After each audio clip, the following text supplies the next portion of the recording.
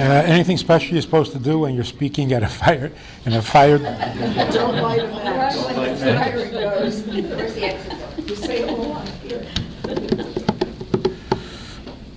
I remember in Brooklyn, right in the heart of Brooklyn where we were going to school, they hung up this big sign saying only you can prevent forest fires. And we all looked at each other and said, what's a forest?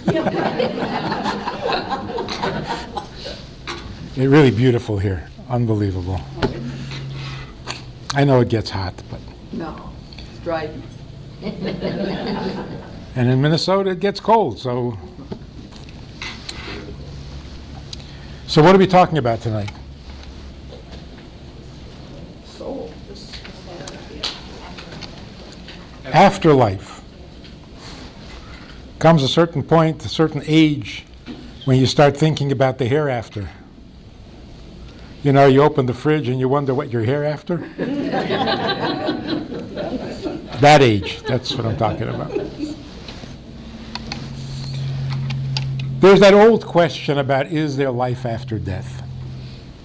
It's actually a silly question. Of course there's no life after death. Death means you died. So of course there's no life after death. The real question is, can life die? It can't. Just like death can't live, life can't die. So the question is a silly, misleading question. The real question is, when something is alive, can it die? And the answer is no. It can't. But here's the problem. A human being, or any other living being, let's talk about human beings, both exist and live. We have an existence and we have a life. When God created the world, nothing existed.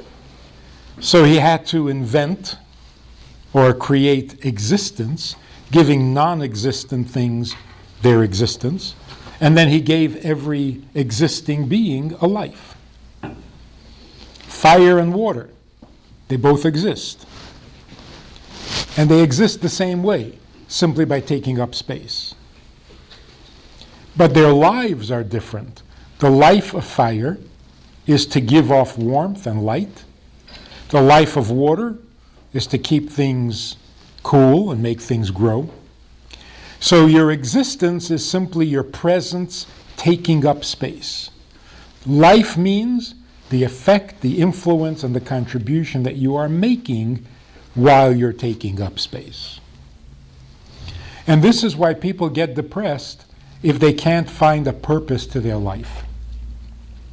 Because really, it's their existence that is depressing. So when people say, what is the purpose of life? They're confused. Question is, what is the purpose of existing? And the answer is, life.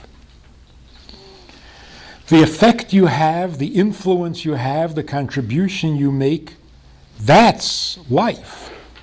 If you're not making a contribution, if you're having no effect, if you're not contributing anything, you're just existing, that becomes depressing. In fact, people who are convinced that they're not making a difference can't stand to continue existing. They become suicidal. So I was once talking to a young woman who was suicidal, and I shouldn't have been because I'm not an expert and I didn't know what I was talking about. And she says, I'm going to kill myself. I said, why? She says, because everything is meaningless. It's all meaningless. I said, well, if it's all meaningless, just sit. Why do you have to kill yourself? Sit quietly, you'll die sooner or later. As long as nothing means anything, what's the rush?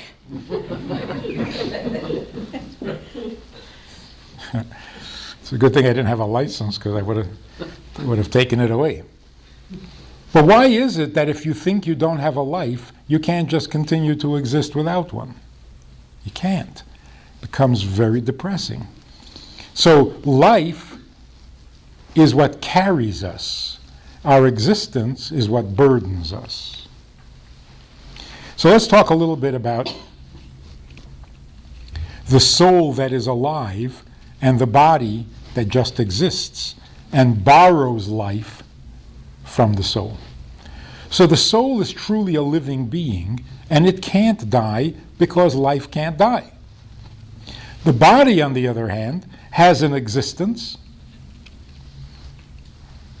Remember the song, 100 Pounds of Clay?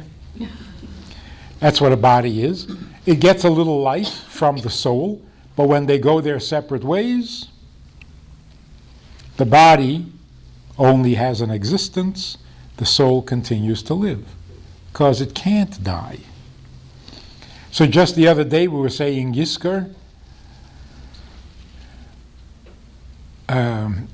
remembering and relating to those who have passed away. This is for real.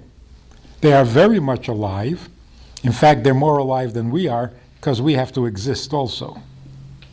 They're just living. Pure life. So how does it happen? What happens? What's going on? So we are told that the soul, which is a conscious living being, much greater than an angel, because every angel has only one personality trait. So you have, for example, the angel of kindness. It's a one-dimensional creature. All it has is kindness. It's an energy or a force of kindness. And then there's the energy of severity. And there's the energy of the angel of compassion. But each one has only one personality trait, only one character trait, and therefore can only fulfill one mission. It can't do two different things. The angel that destroys cannot heal. The angel that heals cannot destroy, because they're one-dimensional. A soul, a human soul, has 10 qualities and other abilities, so it's a total, complete personality. More like God. Now, when the soul in heaven is told that it's going to be born, it's shocked. Because leaving heaven doesn't feel right. Coming down into a body, restricted by a body, that's like imprisonment to the soul. So it really doesn't want to leave heaven, and it resists. But when God has veto power, when God insists that it has to be born, it humbly accepts its mission and allows itself to come into this world. Everywhere in the Bible, in the Torah, where somebody gave a blessing for a child, it always concludes with, this time next year, the child was born. Now, it doesn't take a year. Why not 9 months? The 9 months are the physical development of the child. But the birth begins earlier. 40 days before conception, the soul is told that it's going to be born. Get your act together. Say your goodbyes, because you're going down into the physical world. So there's an adjustment period, there's an introductory period where the soul has to make peace with the fact that it's going to be born. Now, if you have babies, if you've given birth to babies, you know every baby is born with an issue. They already have a personality. Some children are born and they're just thrilled to be here. They enjoy life, they enjoy everything. Whatever you give them, they're happy, they're wonderful. And then there are some children who just can't be happy. They don't like it. They hate being overruled. They didn't want to be born, they feel forced, they feel imposed upon. And then when you expect them to clean up their room, what, on top of no, this is already too much. I didn't even want to be born. Now I got to clean up a room? So they have to be like enticed into life and get them to enjoy living. And some kids are miserable, some kids are angry, some kids are glad to be here. So they all come with a little baggage, depending on what happened at the beginning in their adjustment to the idea. Now the soul comes into the body in stages. Of course, at conception, there's a major change. The first contact with the physical world. King David makes an amazing statement. He says in the Psalms, in the Tehillim, he says, "My mother and father abandoned me, but God gathered me in." And the meaning, what he was referring to, conception takes place about 2 hours after intimacy, approximately. When the conception is actually happening, what are the parents doing? They're sleeping. So King David remembers being conceived, because saintly people, saintly souls, don't forget. They're not so traumatized by their birth, so they don't forget. He remembered being conceived. And here he is, this tiny little, doesn't even have a name yet. It's not even a fetus. And he's going through the most dramatic change, the most awesome, and he looks around to see who's in charge. And parents are sleeping. Just when I needed you the most. You abandoned me. But the soul is then comforted by the fact that God is very evident, God is very present, making sure that the nose goes where, that everything works out right. So our first experience of faith is at the moment of conception. Because this is true of every birth. What should we call it? Any conception survives the trauma, survives that shocking change, because God is there and gives the soul the courage to go through this amazing change. Now a more famous psalm. "Even as I go through the valley of death, I am not afraid, for you are with me." Probably the most popular psalm. What is this valley of death, and why does he go there? And again, the meaning of it is, he remembered his birth. The birth process is very much a valley with a shadow of death, because the fetus leaves the womb where it had a wonderful life, heavenly, is not yet breathing on his own, so he's not yet in this world, so he's between lives or between worlds, which is like a valley between mountains. And there's a shadow of death there because he's not breathing. So King David says, "When I go through the valley of the shadow of death, I was not afraid. It didn't traumatize me because you were with me." So this is the second time that every soul experiences a closeness, an awareness of God, without which we wouldn't do so well. The trauma of birth would be more devastating than it already is. Now here's the fascinating thing. People who go through a near-death experience,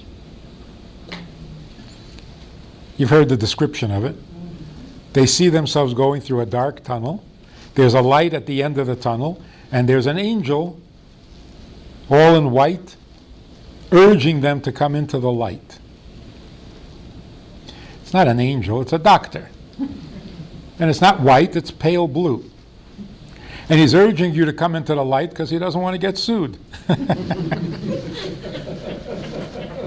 for malpractice. But that's exactly what it is. The near-death experience is a flashback to birth. So birth is a near-death experience.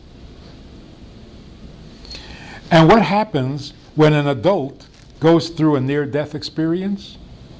He suddenly believes in God. Why? Why? Does belief in God come from trauma? If you haven't suffered enough, you're not going to believe in God? The flashback to the birth brings back two things: the fear, the shock, and the comfort that helped you survive that shock. I was not afraid because you were with me. So that original faith comes back. If a person had lost it, it comes back in the near-death experience because it's a re-experiencing, it's a flashback to that moment. Now, the first contact, physical contact of the soul with a body is at conception. The first 3 months is a particular stage of a very delicate process. After 3 months, the process changes, becomes more tangible, more physical. At 5 months, there's another increase of connection between soul and body. At 9 months, the connection is strong. And a month after birth, the connection is complete. So the soul connects to the body in gradual stages. It has to, because otherwise it would be too traumatic, too shocking. Even after a month, when we now know that the baby is viable, the process continues on a more spiritual level. The human being, the conscious human being, doesn't really have much contact with his soul. Like a child is consumed with physical needs. But as he gets older, you start to see signs of a soul in this body. He wants to do you a favor. He gets upset over an injustice. This is soul activity. This is much better than eating and changing diapers. At the time that a girl becomes 12 years old and a boy becomes 13 years old, the soul has settled in for keeps. Now, at the end of life, the reverse happens.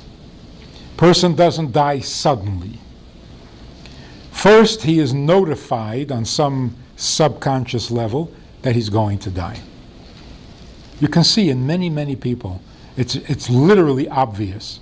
They knew they were dying and they were ready. For other people, it's not so conscious. But unconsciously, something is happening.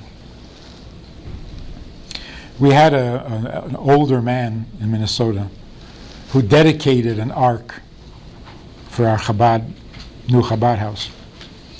He was in his 80s, from Europe, and he got up when we honored him. He got up to talk about his contribution, the ark that and he went off on a tangent, and he started talking about his childhood. He said, when I was 6 years old, I decided that I was old enough to fast on Yom Kippur. And I went to shul Yom Kippur morning, and I was very proud of myself. And one of the neighbors, one of the townspeople, said to me in the afternoon, "You ate already?" And I said, "No." And he slapped me, and he said, "Go home and eat." That's how people used to care about each other. Another memory he has is when he started school. He started school, and his father, Friday night at the table, at the Shabbos meal, would test him on what he had learned. And he was not pleased. Kid didn't know. The next week he tested him, and he did know. So that Shabbos, this was Friday night, Shabbos, when he met the teacher in shul, he was angry at the teacher. He screamed at him. He said, the first week when my child didn't know, I thought he was a dumb kid. Not your fault. But this Shabbos, he did know. So what happened the first week? Be consistent. He's a smart kid. He should know every week. And he remembers hearing this, and it taught him a real lesson. Anyway, he reminisces about all his childhood memories, and he goes on, and like this was not on the agenda or on the plan. And 2 weeks later, he passed away. He was healthy all the way. So somehow he knew. He was summarizing, he was reviewing his life because he felt that it was coming to a close. So death also happens in gradual stages. After the person gets the sense that he's going to pass away, then the soul starts to depart. Of course, at the moment of death, there's a break. But the soul doesn't leave so quickly. It hangs around. It likes its body. They've gotten to be close friends over the years. The first 3 days of Shiva are very painful for the soul because it really doesn't want to leave. The next 4 days of the Shiva are a little easier because after 3 days you kind of accept the fact. But it still bothers you, it's still painful and so on. By the end of the Shiva, the soul has accepted the finality of death. But it still lingers for up to a month. At the end of the month, the soul is getting comfortable in heaven. And that takes about a year. By the end of the year, the soul is perfectly comfortable where it is, so we stop saying Kaddish. Because we say Kaddish to accompany the soul to its real rest. The funeral is only the beginning. In fact, the Shiva, when we sit Shiva for somebody, it's really part of the funeral. The funeral means accompany the soul to the cemetery.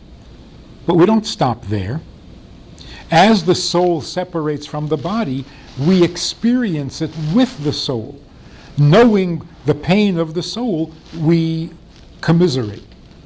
As the pain of the soul eases, we ease back. And that's why Jewish law, Torah law, says that at the end of 7 days, you have to stop. Because if you don't stop, you're no longer in touch with that soul. Now you're crying for yourself. Because the soul has gotten comfortable. So stay in touch with what's happening with the soul. Of course, how do we know what's happening with the soul? Well, the Torah has to tell us. So we know now that there are these stages. There's the preparation, the psychological adjustment. There's the moment of death. There's the first 3 days, the next 4 days, 30 days, and a year. Then every year, on the anniversary of the soul's departure, the soul is elevated to a higher place in heaven. So the journey continues. The higher the soul goes, the higher the people who are connected to that soul are drawn. So as the soul goes up, all its closest relatives and students, people over whom they've had influence, rise with them. So when we say Kaddish, even after many years, on the yard site, on the anniversary, it's not just the soul that is upgraded, but we're to some degree upgraded with them if we stay connected to them, if we don't forget. And that's why we say Yizkor, and we promise to give charity for them, because we want to have that connection. What can we do for them that they would want to do themselves but can't? They would love to improve life on earth, which is what charity is. Make life better for somebody on earth. So that's what happens when a person is born and when a person passes away. I want to share with you an amazing story. 50 years of talking to people, counseling people, listening to people is very meaningful, very satisfying. But certain moments stand out. Certain events are unusual. Probably the most amazing moment was a number of years ago. I was asked to come speak in Argentina. From Minnesota, the flight, from Minnesota to New York, from New York to Dallas, from Dallas to Buenos Aires, it was a miserable trip. I hate flying anyway. It was really long, and it was horrible. By the time I landed in Buenos Aires, I was not in a good mood. And I was looking forward to the rabbi picking me up at the airport and driving me to the hotel. The rabbi picks me up, we get into the car, we're driving along, and I'm looking forward to the hotel room, and he says, I arranged to stop on the way to the hotel. There's a woman who suffered a terrible tragedy. She's very depressed. She hasn't left her house in 6 months, but she now agreed to talk to you. So we arranged for you to talk to her on the way to the hotel. So we'll stop there and you'll talk to her. Oh, I was not happy. First of all, a woman suffered a terrible tragedy. What do you mean, talk to her? She's severely depressed, talk to her. You talk to her. What do you say to somebody like that? And secondly, couldn't you at least ask me? Why didn't you even ask me? Maybe I'd agree to do it tomorrow night. Not on the way from the airport, but they didn't ask me. I was really upset. But the woman is waiting. They had already promised and arranged it, so we went. We come in there, and she tells me this tragic story. 19-year-old son was driving home from their summer cottage, and he got into a car accident, and he died. And she tells me how special he was. Different from the average kid, mature beyond his years, kind beyond belief. Really an amazing child. When she finishes, I said, wow, and you had him for 19 years? She didn't like that. So I said, I understand. The shock is terrible. He was a healthy boy. There was no warning. All of a sudden, he's gone. The shock is terrible. But imagine if God had spoken to you in advance. If God had come to you and said, there is this incredible soul that needs to be born, and he's only going to live for 19 years. But I'm looking for a mother for this really special soul. And God would ask you, would you be this child's mother for 19 years? What would you have said? No shock, no surprise. I was sure that she would say, yes. She says, absolutely not. So just without thinking, I said, oh, then it's a good thing he didn't ask you. The flood of tears, the cathartic healing crisis, she cried a river and came back to life. When I walked in, her eyes were dull. She was barely among the living. Afterwards, she was back to life. It was so amazing to see this happen in front of my eyes. Going from lifeless to life, it was the most gratifying, the most amazing moment. Now we're in the car going to the hotel room. And I'm thinking, I'm upset because they didn't ask me.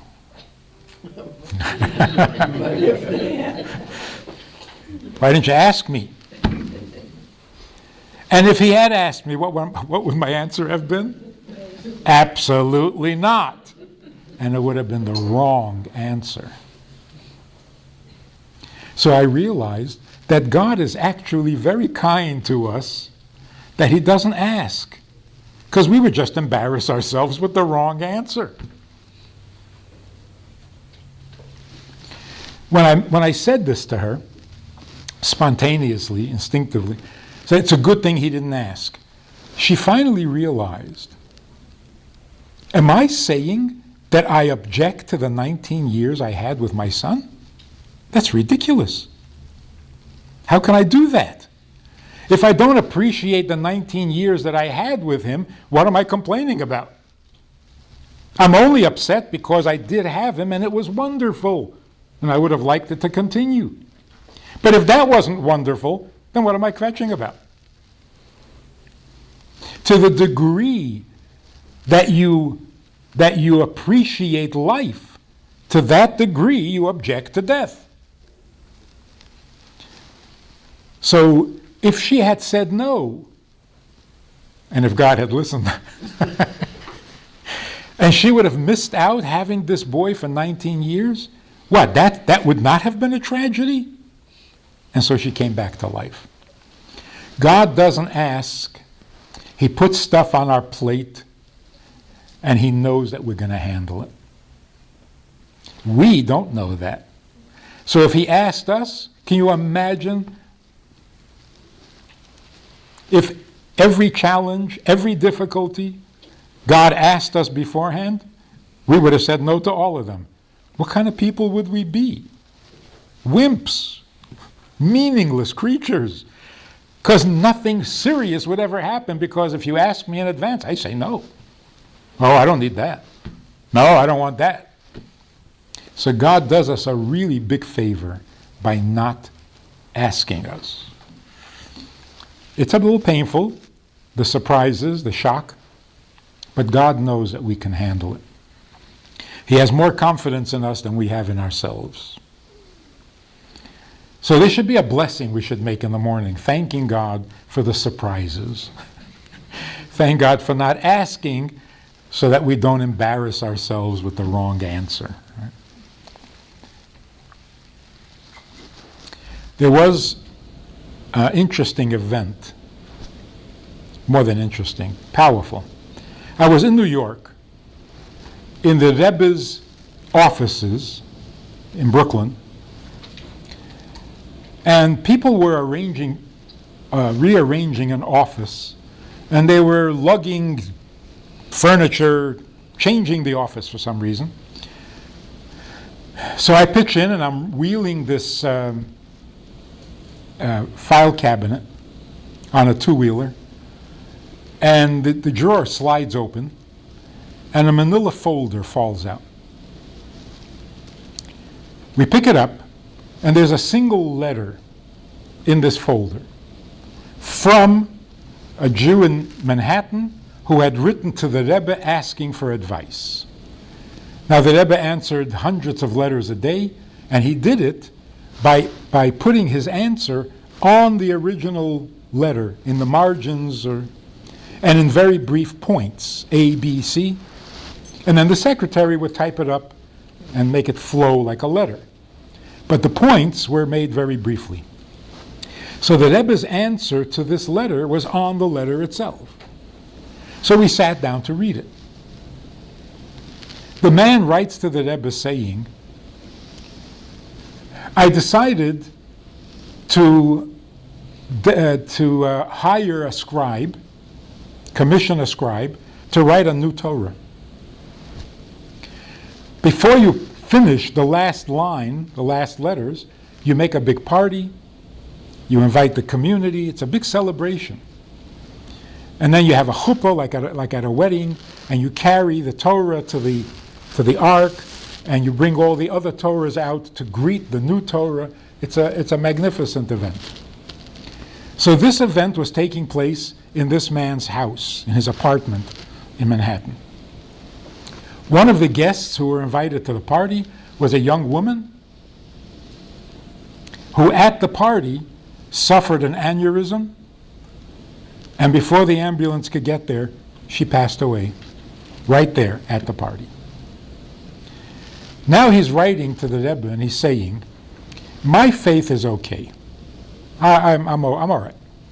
But people are asking me, how do you explain this? A girl comes to a party of a Torah writing and dies? Now, you know, when a person says, I'm okay, but my friends are asking. You got to be a little suspicious, right? Some guy once came to the previous Rebbe in Europe, and he said, I want to repent, I want to do tshuva for committing adultery. Sorry. My friend is asking how he can do tshuva for committing adultery. So the Rebbe said, well, why didn't he come himself? So he said, well, obviously he's embarrassed. So the Rebbe said, he doesn't have to be embarrassed. He can come here and tell me that he has a friend who wants to know. So the guy admitted that it was him. So he's asking, what should I tell my friends who want to know how something like this could happen? Where's the justice? Then he says, my second question is, why did it happen in my apartment? So he was a little freaked out by the whole thing. The Rebbe's answer was so amazing that there were 6 of us in the office then, and we just sat down stunned. It was so beautiful. The Rebbe writes like this, A, B, C, D, right? A, why do human beings even think that they can understand God's ways? He's God. B, the Torah tells us to try to understand God. So we have to try. C, every soul that is born into this world is given a certain amount of years, days, minutes, and seconds. And the angel announces 40 days before the soul is conceived, this soul will live this long. Very, very rarely does that date change. You have to do something magnificent to increase the amount of years. You have to do something really evil, malevolent, to die before your time. People die the time that they were given. I mean, obviously, the angel makes an announcement. It's not a guess. It's not an estimation. Like the comedian says, you know the expiration date on a bottle of milk? How do they know that? This milk will expire. What, the cow tell them or something? This is the exact date. So they're just guessing. But when the angel says, this is how long you're going to live, well, then that's how long you're going to live. Now, what are we up to? C, D, D. When the time comes, the day, the moment arrives, it can happen under many different circumstances, some better than others. For example, you're away from home in a foreign place and you pass away. Nobody knows you, nobody really cares. That's not so good. At home, surrounded by your family, better, much better. Let me see, the E. The last moments of a person's life, every detail becomes immense and significant. So it makes a huge difference. There was an elderly chassid, this is not in the letter, there was an elderly chassid from Israel who came to New York to be with the Rebbe for Yom Kippur. He was a special guy. He was honored to open the Ark for Kol Nidre. He was making his way to the Ark, and he collapsed and died. In the synagogue, on Yom Kippur, in the Rebbe's presence, in front of the Ark, on his way to open the Ark. All of his peers, all the old guys in the shul looked at each other and said, how did he arrange that? How did he pull that off? What a way to go. You see, when you get to heaven, one of the things they ask you is, where are you coming from? And it could be embarrassing. This is good. Where am I coming from? I was on my way to open the Ark. I don't know, it was Yom Kippur. And there's a joke about a very Hasidic guy who decided that he's been Hasidic all his life. He's very curious about how the other side lives. So he shaved off his long payas, shaved off the beard, took off the black hat, and he went to a nightclub. He walked out of the nightclub late at night and was crossing the street, and a truck hit him and he died. Now he comes to heaven and he says to God, what is this? I was good all my life. One night, I just wanted to see, and you have to run me over with a truck? So God takes a second look and says, wait a minute, Mendel, I didn't recognize you. I thought you were someone else. That's not so good. So everybody was jealous to die on Yom Kippur in the synagogue come on. A few years later, a local chassid died in the synagogue on Simchas Torah, in middle of the dancing. And everyone said, that's even better. He danced right into heaven. Say, hey, I was in the middle of dancing. What are you doing, honey? That's good. So the circumstances are very significant. They can be good, they can be terrible, they can be wonderful. So, what should you tell your friends? Going back to the letter. What should you tell your friends? You should tell them that they saw a beautiful example of divine providence. This girl deserved to die under the best of circumstances. Her time came, but it could have been out in the street. Here she died at a party celebrating the conclusion of the Torah, and her life concludes with the conclusion of a Torah. And she's surrounded by doctors. The guy who wrote the letter was a doctor. Surrounded by doctors who cared, who tried to help her. And we cannot imagine how significant it is for a Jewish girl to know that she's breathing her last breath in a room that has a mezuzah on the door, and the mezuzah says, written in the mezuzah, Shema Yisrael Hashem Elokeinu Hashem Echad.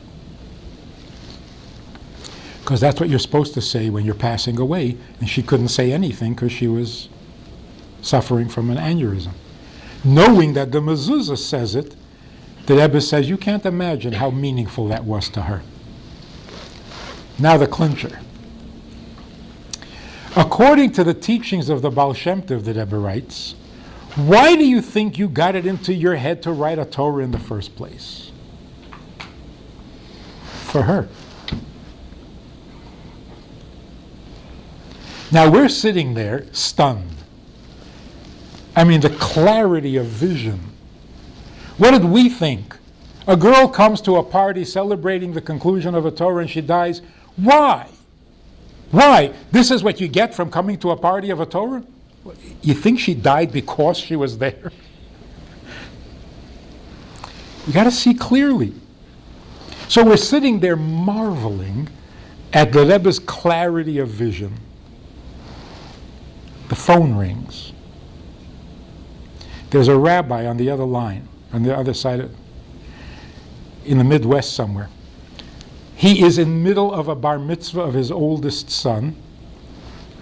His father had come to the bar mitzvah from Israel, was asked to say a few words, and in the middle of speaking, he collapsed and died of a heart attack. They're in the middle of the bar mitzvah, as live time. He's calling to ask the Rebbe, what should he do? Cancel the bar mitzvah? Call it off? Continue? What should he do? And how should he explain this to all the guests? Now, this was before there were faxes. So I said, grab a pencil. And we dictated the whole letter to him, and he went back and he read it to his guests, and the bar mitzvah continued. Now we were doubly excited. Wow, wasn't that great? Just when he needed that letter, it fell out of... And then we looked at each other and said, who decided to move furniture? Why are we moving furniture all of a sudden? So that that letter would fall out? And I can tell you that to this day, that room never changed. They said they were going to make it into an office. It never happened. The whole thing was for that letter to fall out so that we can read it to the rabbi.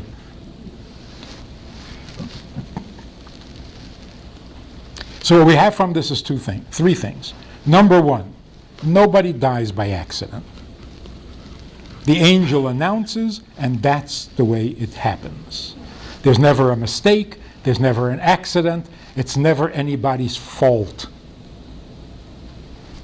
There's a woman who said in class, she said, you know, if I hadn't had an abortion, I would now have a 5-year-old daughter too. And I said, please, you're not God. If a 5-year-old little girl was supposed to be alive today, there's nothing you could do about it. Don't play God. Yes, you made a bad decision, but don't think that you decide when someone is born or dies. Don't play God. Nobody dies because somebody made a bad decision. Every death is serious because every life is serious. So there is no dying by accident. There is no wrongful death. There's only the appointed time. Number two, when it happens, the circumstances make a big difference. So when it's nice and when it's comfortable and when it's supportive and when it's holy, that's wonderful. When it's martyrdom, like the 6 million who died, you say, well, they died miserable deaths. No, they didn't. They died martyr deaths. And there's no better excuse for dying than to die for a cause. The other thing is how we're supposed to look at life. We always look with such negative, critical, and pessimistic view when life is not like that. We have to look with clear vision, with optimistic view, with a generous view, because life is good.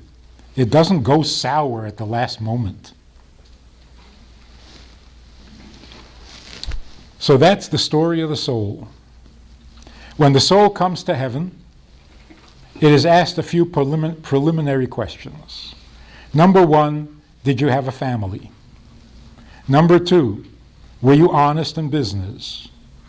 And number three, were you optimistic about the future? Those are just preliminary. Then they sit you down and go through every day of your life, and it can be very embarrassing. And that's what we call hell. What exactly is hell?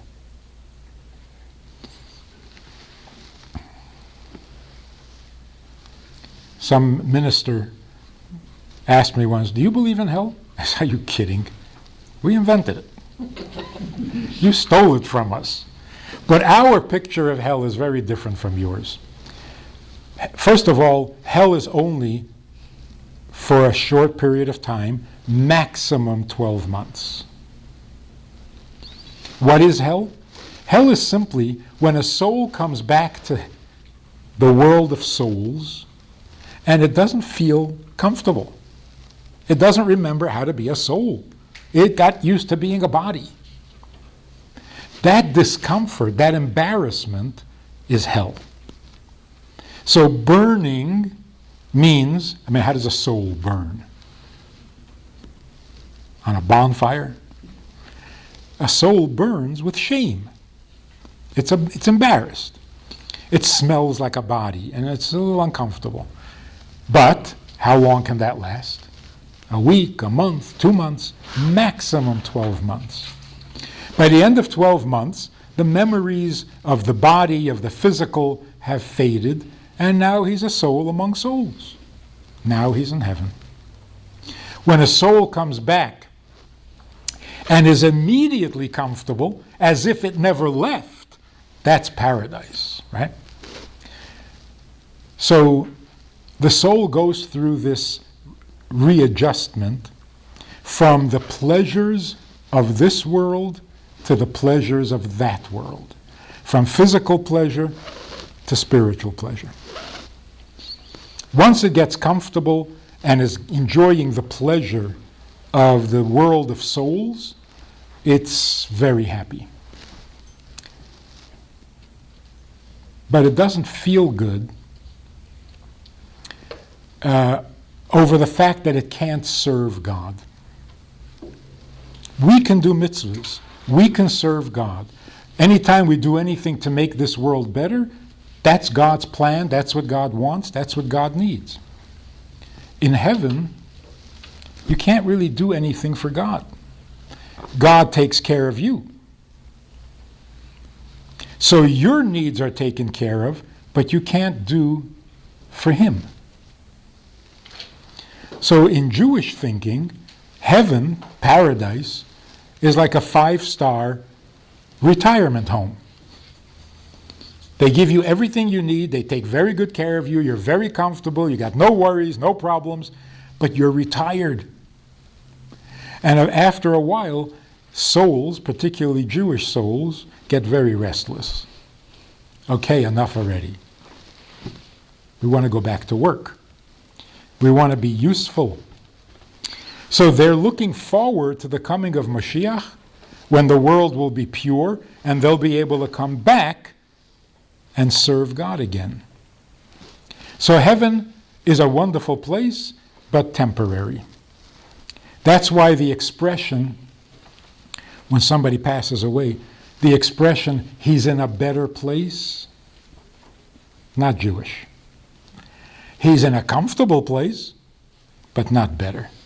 This is better. That's why we don't make a big deal about going to heaven. We don't want to go to heaven. We don't want to go anywhere. We want to stay here. That's Jewish.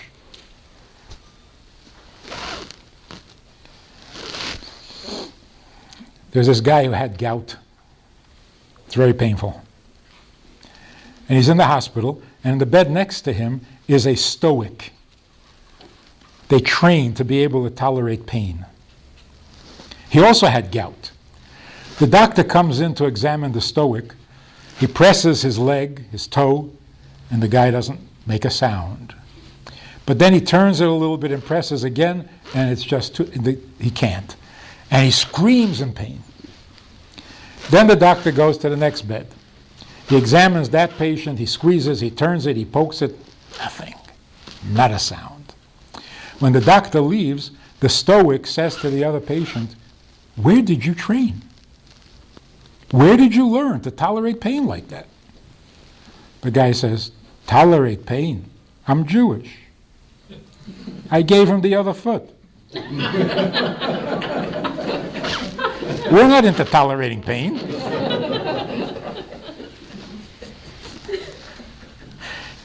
We're not into dying and going to heaven. We're staying here. This is the best place. Okay, if you can't stay here, where are you going to go? To Miami? You go to heaven.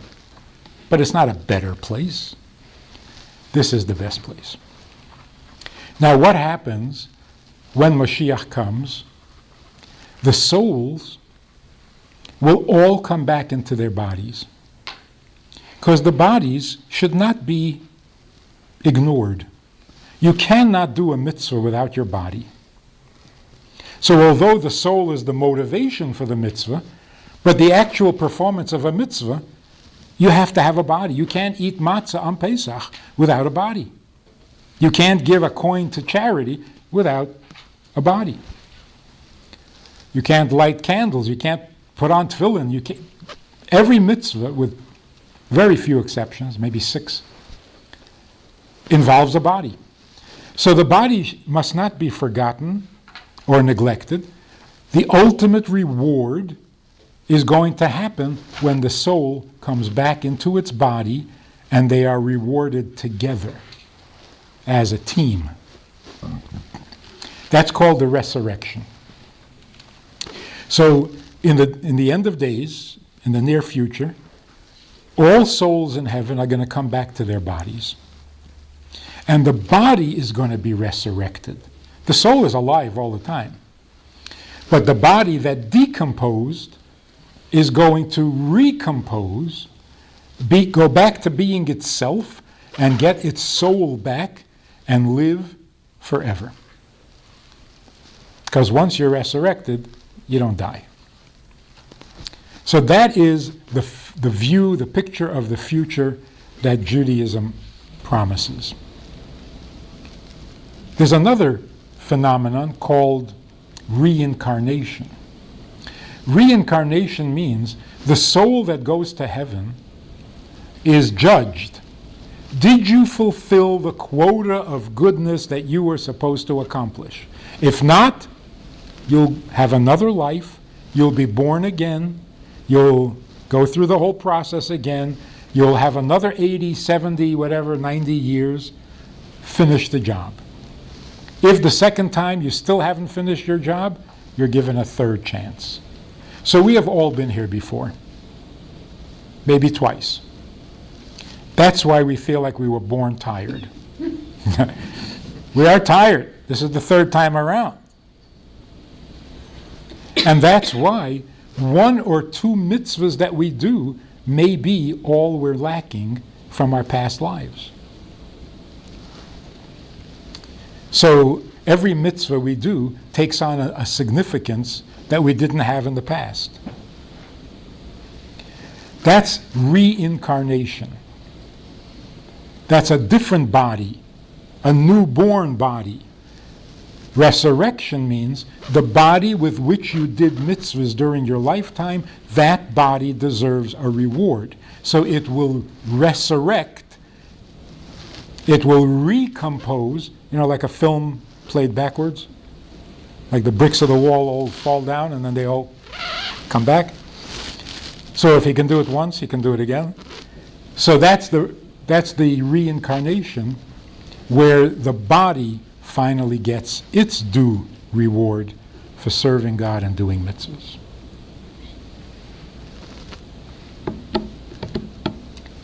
That's what we know about souls, about life, about death. Any questions? Yeah. So, since the last topic was resurrection and reincarnation, so if you're around for the third time, when the Mashiach comes and there's resurrection, can you explain, is it the final body that is resurrected with the soul, or is the soul then in part with 3 different bodies? Yes. Somebody once suggested, you get to pick the best features of, like a Mr. Potato Head, you put it together. No, every body did mitzvahs, every body deserves a reward. So the soul will divide into 3 and animate all 3 bodies. Particularly, the part of the soul that was completed in this body will come back to this body. The part of the soul that completed itself in the second body will come back to its body. So if you did all your kindness in the first life, if you were very disciplined in your second life, If you were very compassionate in your third life, your first body will get the kindness, the second body will get the discipline, the third body will get the compassion. But each of them is an entire personality, not like an angel. Yeah, Are all three of the same sex or not necessarily? not necessarily. In fact, most souls, maybe all souls, get to be a woman in one life and a man in another so that they can do all the mitzvahs. So when a woman says, why don't I have to put on tefillin? You did already. Don't have to do it twice. Yeah, So once a Jew, always a Jew, or do you kind of reincarnate another? once a Jew, always a Jew. And what about people that convert to Judaism? That soul that they receive at conversion has always been a Jew. And that's why a convert can say, for example, on Pesach, "Blessed are you, God, who performed miracles for my ancestors when they came out of Egypt." Now, what if her ancestors were Egyptians? Imagine she's an Egyptian and she converts. And now she's going to say, my ancestors came out of Egypt?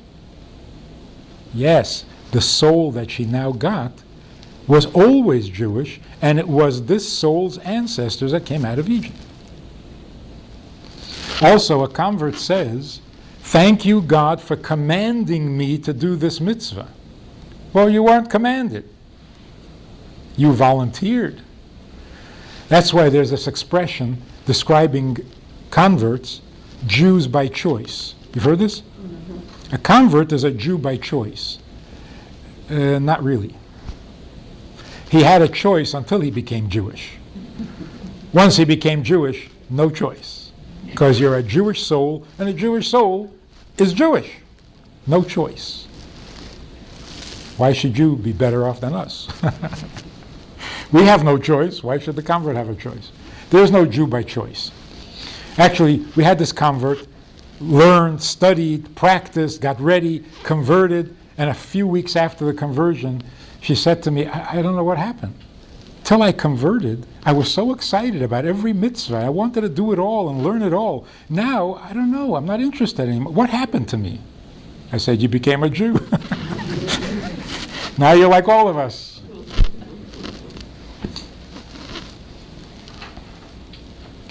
Any other question?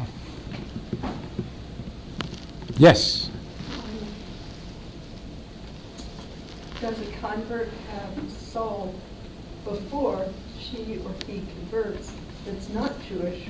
And if they did, like when you get your Jewish soul and Sarah's your mother because you went to the mikvah, what happened to that other soul? Where did it go? Where is that soul?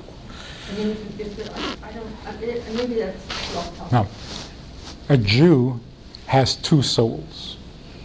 You notice that Jews are a little schizophrenic, right? Jews have two souls. We have a human soul, and we have a Jewish soul. If we didn't have a Jewish soul, we wouldn't be Jewish. If we didn't have a human soul, we wouldn't be human. So we have a human soul and we have a Jewish soul. What happens to a convert is that their human soul that they had all along feels incomplete. And it drives them insane in the need to become a Jew. When they become a Jew, they get the second soul, which is what makes them Jewish. Now, their original human soul has to adjust itself to the presence of a Jewish soul, and they have to get along, like with every Jew. So why are Jews sometimes good and sometimes not good? If their Jewish soul prevails, they're good. If their human soul prevails, they're just human.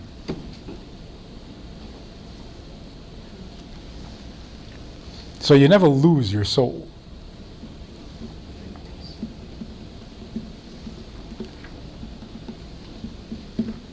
Was noch?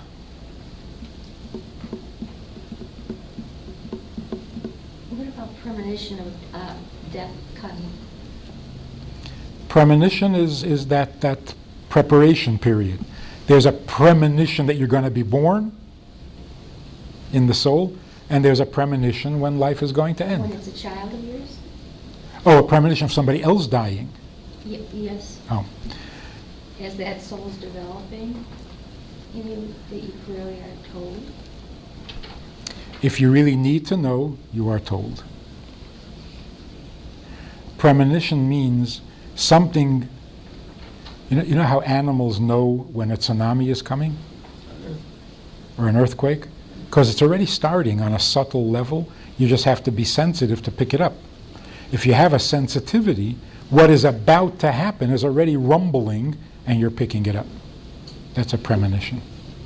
Usually in a dream, because your defenses are relaxed and you can pick up more sensitive stuff. Some people are so sensitive that they're always picking up stuff and it's driving them crazy. And they'd rather not know all this stuff. So one more thought, my father passed away 2.5 years ago, and I sense that he comes to visit sometimes with very unusual and interesting events. What's your thought about that? How unusual. How unusual? One thing was, when he died, it was during Shiva, and my mother was really missing him, and said how much she was missing him. And it was the time that they would normally kiss goodnight before they went to bed, and at that same moment, a grandfather clock that hadn't worked in 5 years did a made its little sound, and it did it for the whole rest of Shiva, and then it stopped again. That's not as good as actually having a visit. That's just like a little hint. But sometimes souls who have passed away are given a privilege, a gift, that they can communicate directly with their family. And either in a dream or while awake, you actually see him or her. But when they have to send these little signals, it's not as good. But it's all real. It is not so unusual for a soul to visit a family member, particularly in a time of danger or emergency. It's not so rare at all. So what about a person like a medium who says they can communicate with those souls? Well, either they can or they can't. But I mean, if they say they can and they do, and they give you a message from that soul, that could be very real. It could be, but it's usually, if they're on television, no. No, I don't mean the one. I mean, Okay. I mean somebody, in a one-to-one. Somebody holy, you could believe it. Just an ordinary person, I don't know. They may have some intuitive whatever, but they're always off a little bit. There's this joke about this medium who says, "Yes, I'm getting a message from your father. He had an M in his name." And the guy said, "No." He said, "His first name, M? No. His second name, an M? No. Ah, his name was Jack Daniels, but it was Mr. Daniels. There's the M." This is, they're very good at it, but it's not real. Those who are real, and it can be real because the souls are there should be some way to communicate, but very, very few people have that, where they see it clearly. Otherwise, they give you half information, and it's not worth it. When they say, "Yes, I hear your father, and he's saying everything is good, he's happy, and his dog is with him." No. Dogs go to a different place. You don't take your dog with you to heaven. There's a dog heaven, but it doesn't. Yeah. So, Rabbi, on the topic, if there is someone holy or someone who is capable of communicating with the soul, is it then advisable to do so? To look for guidance or advice or No. blessings? No. There's a reason that we don't know these things.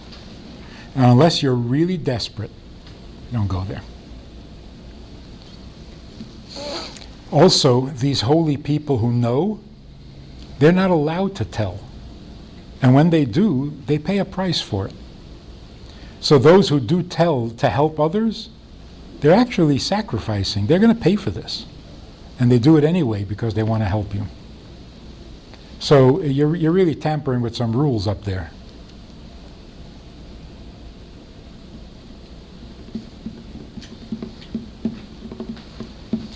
Now you're wondering, how do I know all this?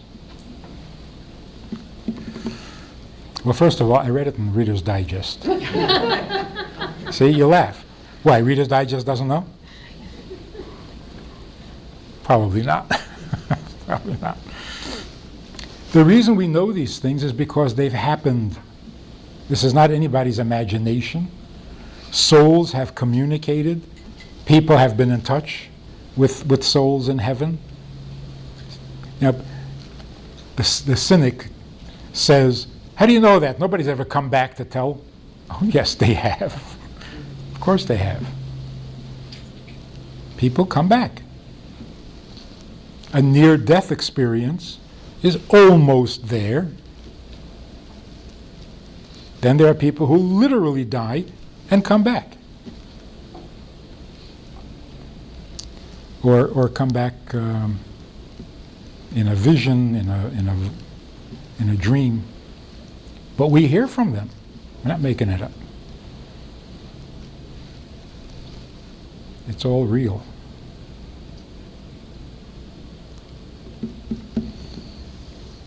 So, no more questions?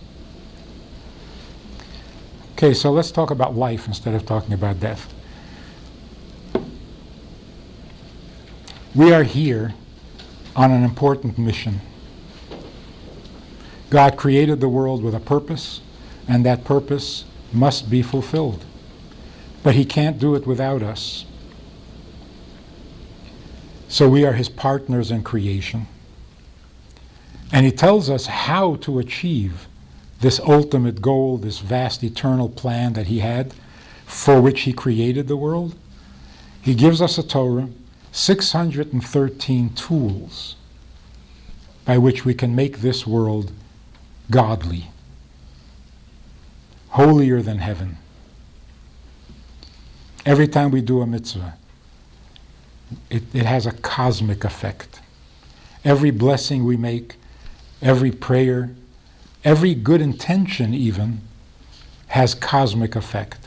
The world becomes better. And if you look at the headlines, what's going on in the world today, it seems like the world is getting worse every day. Really bad.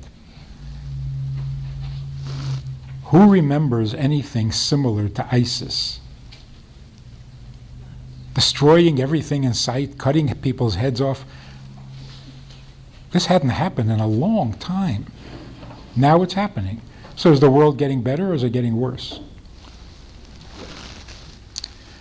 I'd like to believe that because the world is about to emerge in its full beauty and its full fulfillment as a result of all the good that has been performed in the last 5,700 years, that the unholiness in the world is like in its last desperate effort to tilt the scale in the opposite direction.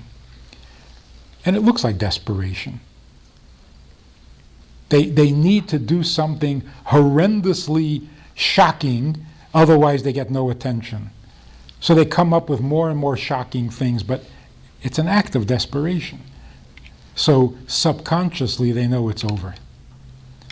The good is going to win, the truth will prevail, and the world will be godly and holy. And when that happens, when people admit their mistakes and their faults, they're going to turn to the Jew. And they're going to say, we try to improve on the Torah. Some try to improve by making it tougher. Like don't just give back what you stole, chop off the guy's hand. They thought that would improve the morality of the world. And then others thought, no, you got to be a little softer. Don't have so many rules. Relax. That'll make the world better. And they both failed. Now they're going to come to the Jew and say, we tried to make it better, but we made it worse. So what was the original plan? You still know the original plan, right? Teach us. And we will teach.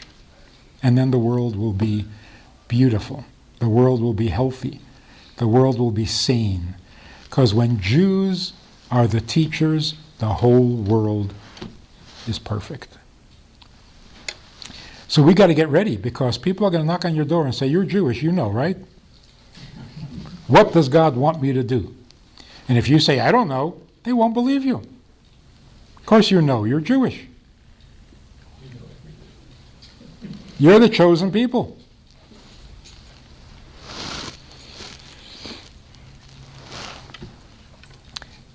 There was a church group from South Dakota, got into a bus and drove all the way to St. Paul and came to the Chabad house to ask questions and to whatever. I said, why do you do this? It's an 8-hour trip. Why do you do this? They said, we've done this for a number of years. Every year we pick a Jewish organization or group and we visit. So last year we visited the conservative temple. I said, how was that experience? He says, frankly, it was a little confusing. Because we asked, one of the kids asked the speaker, I think it was the assistant rabbi, how does it feel to be the chosen people? And this rabbi said, there are no chosen people, we are all the same. And he went into a rant about it. On the way back in the bus, the kids were discussing this experience, and they said, why did he lie to us? Doesn't he know we read the Bible? Of course they're the chosen people. Does he think we don't read the Bible? So they were very confused. We have tried for the last 500 years to deny that we're chosen. We just want to be like everybody else. The Jews in Germany, we're Germans, leave us alone. We're good Germans. The Jews in Russia, we were the best communists. We invented communism. We gave our lives for communism. Leave us alone. No, you're Jewish. So this denial, this argument, we are like everybody else, it's not working. It's not working. So we got to try the other. Yes, we are chosen. Yes, we are the people of the book. Every page in the Bible says, speak to the children of Israel. Well, guess who? We are the children of Israel. So I'm in an airport, I think it was Chicago, and this guy comes over, sits down next to me, and goes into a sermon. He's a missionary. And he gives me this little sermon for about 15 minutes about how every word in the Bible is true. It's the Word of God. It's the Bible. And it's true. Every word is true. And he goes on for about 15 minutes, and it was nothing to disagree with. At the end of 15 minutes, he says, so what is your relationship with the Bible? And he used the word relationship. I'm a Kohen, so I'm a descendant of Aaron. I said, my relationship? Aaron is my grandfather. Moses is my uncle. His mouth fell open, and he didn't know what to say. He was stunned, speechless. He just finished telling me that every word in the Bible is true. So why was he so stunned when I said, I know, I'm the grandson? Why was he stunned? What he means by true is completely different. He means we truly believe.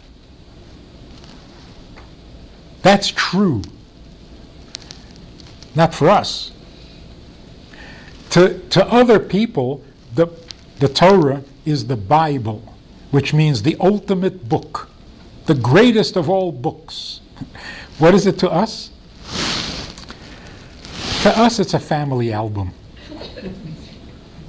Our name is on every page. We were good, we were bad, we upset God, we pleased God, we did this, we did that. It's all about us. Speak to the children of Israel. Huh. We're still here. That's us. Every Jew can trace himself back to somebody in the Bible. You are either from Yehuda or from Levi or from trace yourself back. So this is my final. I'm driving through the streets in Rome on the way to the airport. And the pedestrian traffic is just endless. Cars can't move. So I'm in the taxi, and I said to the taxi driver, I'm going to miss my flight because of these Romans. He says, there are no Romans. There are no Romans. The only people who still exist from that time are the Jews. This is a non-Jewish taxi driver. The only people in Rome who can trace themselves back to those days unbroken, the Jews. So we are the people of the book, not because we read it. Unfortunately, we don't read it enough. We are the people of the book because the book is about us, given to us. So when the world turns to us and says, what did God really say? They're not going to believe you if you say, I don't know. Of course you know. You're God's people. So let's not be afraid to shoulder that responsibility. Yes, we are. And yes, we should be better. As God's people, we should be perfect. But we're trying. It's not easy. It's been 3,000 years since we heard from God last. That's a long time. And they were not easy years either. If you would just stop and think for a moment. What are you doing here? What are you doing here? In the middle of the day, on a Tuesday. What are you doing here? Got nothing else to do? You're sitting here being Jewish. If that is not the greatest miracle in the world, I don't know what is. God asked us to be Jewish 3,329 years ago. Hasn't said a word to us since. And we're still Jewish. This is miraculous. This is not normal. After 2,000 years of nothing but misery, we're still Jewish and want to be? How do you explain this? Today, any parent who tells his children, you know we're Jewish, is a hero.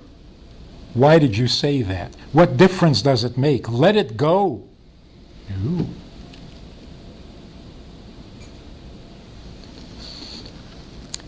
Bob Dylan is from Minnesota. In the 60s, he converted to Christianity. You remember this? Started singing gospel songs. He went to Bible school. He was baptized in Pat Boone's swimming pool. And he was a born-again Christian. He came to visit to Minnesota. His mother still lived in Minnesota at the time. And he had some childhood friends there. They were still in touch with each other. And his friend dragged him off to shul on a Shabbos afternoon. He was dressed a little unusual, especially for Shabbos. So the people in the shul, having no idea who this was, assumed that he wasn't Jewish. I mean, who comes to shul in leather pants? So the guy in charge of the Kiddush walked over to him and said, we forgot to tear open this box before Shabbos. Could you tear it open for us? He was fuming. Why are you asking me to do it? Don't you know I'm Jewish? Well, I don't know. You told the world you became Christian. Oh, come on. I'm Jewish. Are we amazing or what? A Jew is a Jew. It's amazing. 3,000 years we don't hear from God, and we still argue about him. 2,000 years of misery, and we're not going to stop being Jewish. Of course we're Jewish. Daniel Pearl. Isn't that incredible? He was not particularly interested in being a Jew most of his life. But when it got serious, he needed to make the statement to the world. My parents are Jewish, I'm Jewish. I'm not denying it, and I'm not ashamed of it, I'm not apologizing for it. And if I'm dying because of it, well, so be it. That's amazing.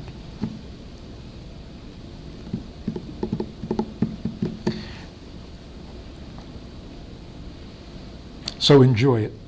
Get together a lot. When Jews get together, good things happen. There's some bad, okay, whatever. Good things happen when Jews get together. Do it more often. Feel Jewish. Be proud to be a Jew. Let your neighbors know what you believe, what you stand for. They really need to hear it. They really do. Thanks for listening.